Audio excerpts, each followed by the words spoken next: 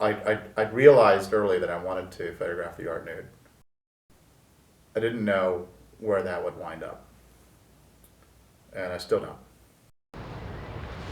Three, two, one, and hold. Is that good? Happy? Good idea. Good? It's still evolving, as any artist. Most artists will, I think, will rarely say, "Well, that's it, I'm done." Photography at my present juncture in life is extremely important. People ask me, "So what are you?" Although I've always made my living as a civil engineer, I think of myself right now as a photographer. I say I'm a photographer. It's part of my identity. It's part of who I am. It's how I express myself to the world. And expressing myself to the world is key to who I am. And how I do that right now is through photography. Conceivably, that could change in the future. I could become a painter or a movie director or something else. But I'm an expressive person, and it's just through this media at the moment. My photography is inspired by a combination of several things.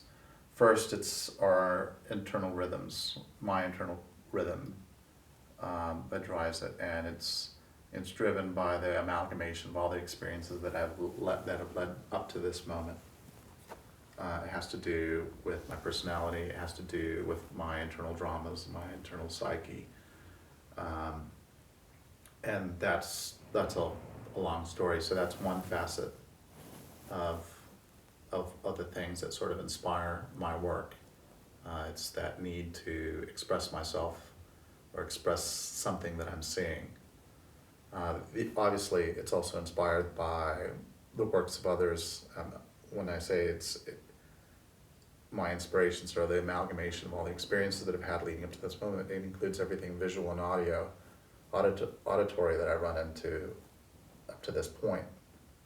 And that includes the works of all photography, whether it's the amalgamation of all the advertising photography we're subjected to every day on a daily basis, to the works that I deliberately expose myself of great artists that have come before.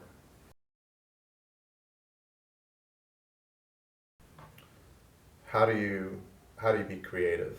There's no school on how to be creative. But you can facilitate creativity. And it's a nonlinear thing, and if there were only one simple answer to it, then it would defeat the very definition of what it is to be creative.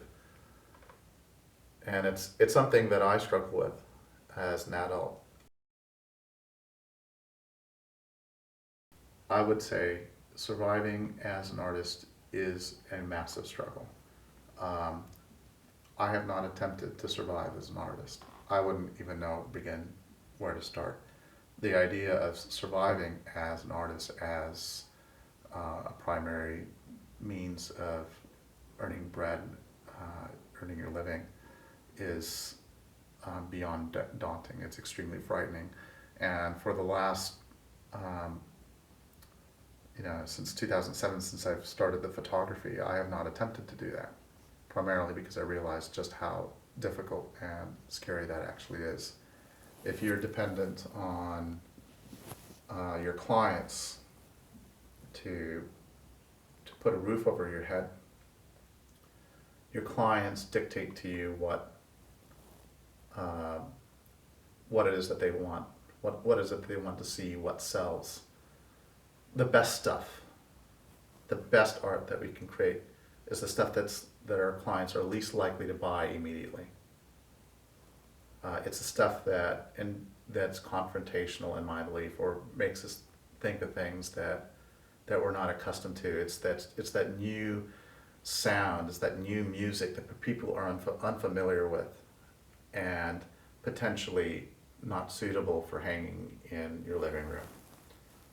And to expect our clientele to have the maturity, to have the collectors have that sort of maturity to embrace that immediately, to the point where you can survive off of it is a very challenging and difficult thing. 3, 2, 1, and hold for 4 seconds.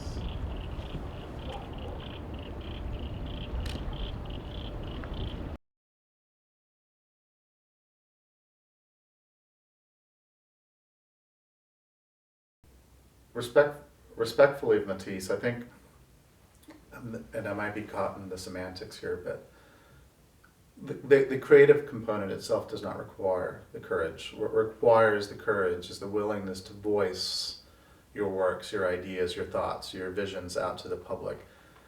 And the barrier may be an internal one, or it may be external ones. I don't scout the location in advance. I just go there and I find it. And it's easy for me to find it because it's common. It's common in everyone's lives. It's somewhere. And it is a bit of a projection of my own feelings of what I'm seeing there, but it's also reflective of the way they live. And so once I see that emblematic emotion that I'm trying to capture, I simply just go through the technical process of setting up the lighting and working the technical bits of taking the picture. And then I refine it and I direct it and I shoot it until I get what it is that I was chasing, what I was saying. For my Nocturna series, it's a little bit different. Instead of going to someone's house, I go for a walk with a friend. In this case, the Nocturna series depicts nude women being posed in the streets of Sydney at the moment.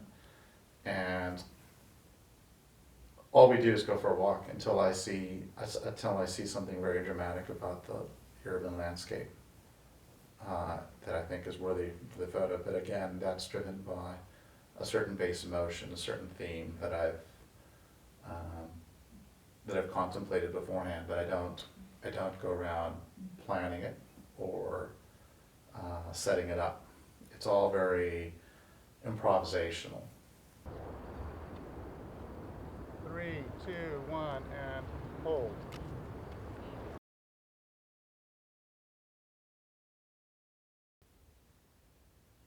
Every time I manage to find something new, in terms of photography, when I surprise myself, when I stumble upon a new possibility for photography, for my photography in terms of doing a series or achieving a certain effect,